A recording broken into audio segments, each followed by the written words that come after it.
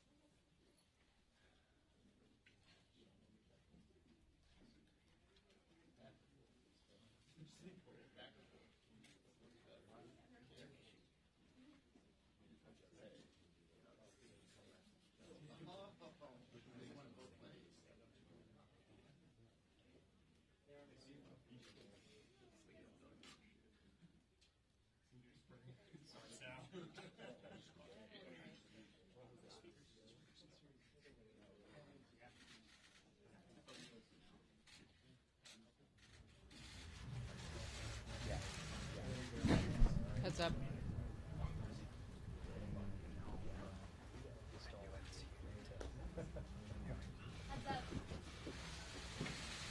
Good morning, everybody.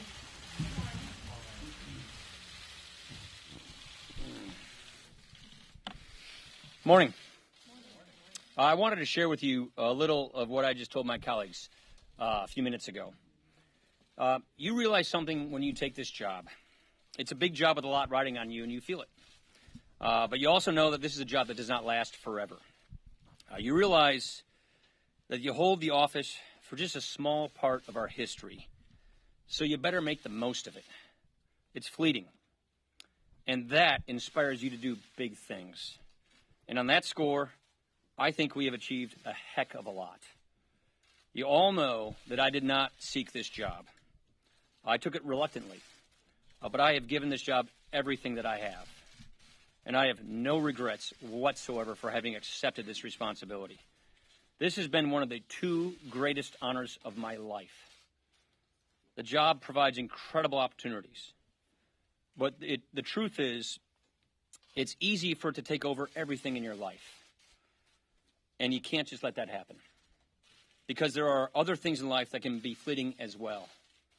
Namely, your time as a husband and a dad, which is the other great honor of my life. That's why today I am announcing that this year will be my last one as a member of the House. To be clear, I am not resigning. I intend to full my served term as I was elected to do. But I will be retiring in January leaving this majority in good hands with what I believe is a very bright future. It's almost hard to believe, but I have been a member of Congress for almost 2 decades. This is my 20th year in Congress. My kids weren't even born when I was first elected. Our oldest was 13 years old when I became Speaker. Now, all 3 of our kids are teenagers. And one thing I've learned about teenagers is their idea of an ideal weekend is not necessarily to spend all of their time with their parents. What I realize is if I am here for one more term, my kids will only have ever known me as a weekend dad. I just can't let that happen. So I will be setting new priorities in my life, but I will also be leaving incredibly proud of what we have accomplished. Some of you know my story. My dad died when I was 16, the age my daughter is. And I just don't want to be one of those people looking back on my life thinking I spent more time with my kids when I know if I spend another term, they will only know me as a weekend father. So I'm really proud of what we've been able to do. When I took this job, one of my conditions was that we aim high, that we do big things, that we fashion an agenda, that we run on that agenda, that we win an election, and then we execute that agenda. I am so proud that that is exactly what we have done and what we are doing right now. We've accomplished so much since then. Probably the 2 biggest achievements for me are, first, the major reform of our tax code for the first time in 36 years, which has already been a huge success for this country, and that's something I've been working on in my entire adult life. Second, something I got much, much more invested on since becoming Speaker, is to rebuild our nation's military. And after tax reform addressing our military readiness crisis, that was a top priority that we got done last month as well. These I see as lasting victories that will make this country more prosperous and more secure for decades to come. There are so many other things that we have gotten done. And of course, I'm going to look back proudly on my days at the Budget Committee and the Ways and Means Committee. But I don't want to be too sentimental here. I want to be clear, I'm not done yet. I intend to run through the tape to finish the year. Some of you wonder why I can't just do the normal politician thing, and which is to run and then retire after the election. That is what I'm told is the politically shrewd thing to do. I considered that. But just as my conscience is what got me to take this job in the first place, my conscience could not handle going out that way. I pledged to serve the people of Wisconsin in the 1st District honorably. And in order to serve the people in my district honorably, I have to serve them honestly. And for me to ask them to vote to re-elect me, knowing that I wasn't going to stay, is not being honest. So I simply cannot do that. So that's why I'm announcing this today. Again, I am proud of what this conference has achieved, and I believe its future is bright. The economy is strong. We've given Americans greater confidence in their lives. And I have every confidence that I'll be handing this gavel on to the next Republican Speaker of the House next year. So just to close, I said earlier that I didn't want this job at first. And most of you know this. I really actually didn't. But I have to thank my colleagues for giving me this opportunity and this honor. I am really grateful for it. I also want to thank the people of Southern Wisconsin for placing their trust in me as their representative for the past 20 years. I've tried to bring as much Wisconsin to Washington as I can in that time. It's been a wild ride, but it's been a journey well worth taking to be able to do my part to strengthening the American idea. That pursuit is never ending. Much work remains, but I like to think I have done my part, my little part in history to set us on a better course. Thank you. Sherman. You remain as Speaker? Yes. You have no plans to call her early? Correct. Correct. It's tenable for you guys to have a 6-month leadership? I do. Look, I know most speakers don't go out on their own terms. Tip O'Neill was probably the last one to do that. But Harry Reid, as Senate leader just last session, did this. He announced he wasn't going to run for again, and he stayed on as Senate leader. So, yes, that's what I'm going to do. Mr. Speaker, you got your long-sought tax cuts and tax reform legislation approved, which you say you'll consider to be your greatest achievement. However, you're not sticking around for its biggest consequence, which is trillion-dollar deficits as far as the congressional budget office's eye can see. Yeah. What's your response to that? So entitlement reform is the one thing the one other great thing that I've spent most of my career working on. I'm extremely proud of the fact that the House passed the biggest entitlement reform bill ever considered in the House of Representatives. Do I regret the fact that the Senate did not pass this? Yes. But I feel from all the budgets that I've passed, normalizing entitlement reform, pushing the cause of entitlement reform, and the House passing entitlement reform, I'm very proud of that fact. But yeah, of course, more work needs to be done. And it really is entitlements. That's where the work needs to be done. And I'm going to keep fighting for that. Let's go over here. Yeah. Mr. Speaker, is the chance that you might not be Speaker come November if Democrats possibly take the House factor at all? No, none whatsoever, actually. Look, you all know me.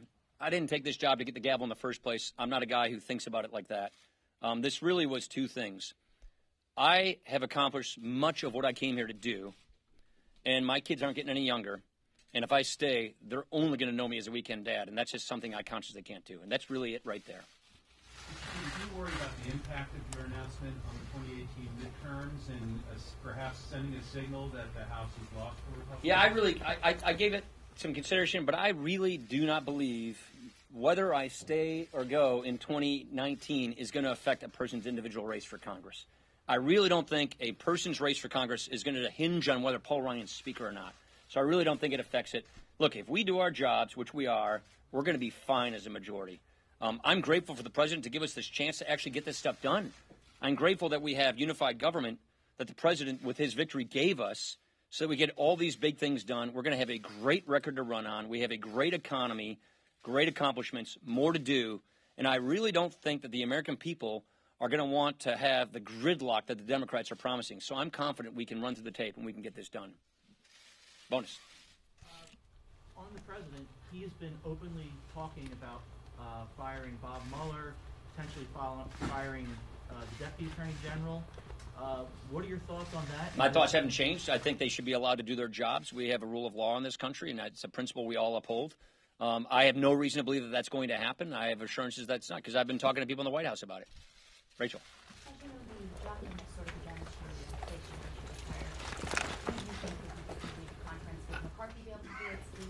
I have great confidence in this leadership team. That's one thing that I'm really proud of. Obviously, I came with a big gulf in leadership when I came here. I think we have a fantastic leadership team. I have more thoughts on this. I think this is probably not the right time to get into that, but I'll share those thoughts later. That election's in November, so it's not something we have to sweat right now. Anna. To what extent was your decision influenced by the way President Trump has changed the character of Washington and the character of the Republican? Not at all. Like I said, I'm grateful to the president for giving us this opportunity to do big things to get this country on the right track. So the fact that he gave us this ability to get all this stuff done makes me proud of the accomplishments that I've been a contributor to. Makes me satisfied that I've made a big difference, and he's given us that chance. So I'm grateful to him for that, and that's really how I see it. Thank you very much, everybody. Take care.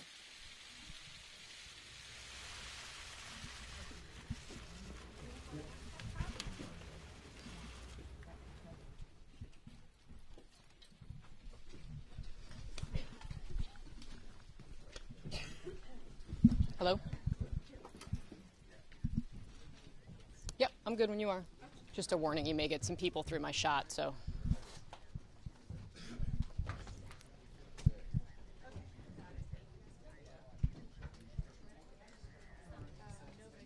Rebecca, are we...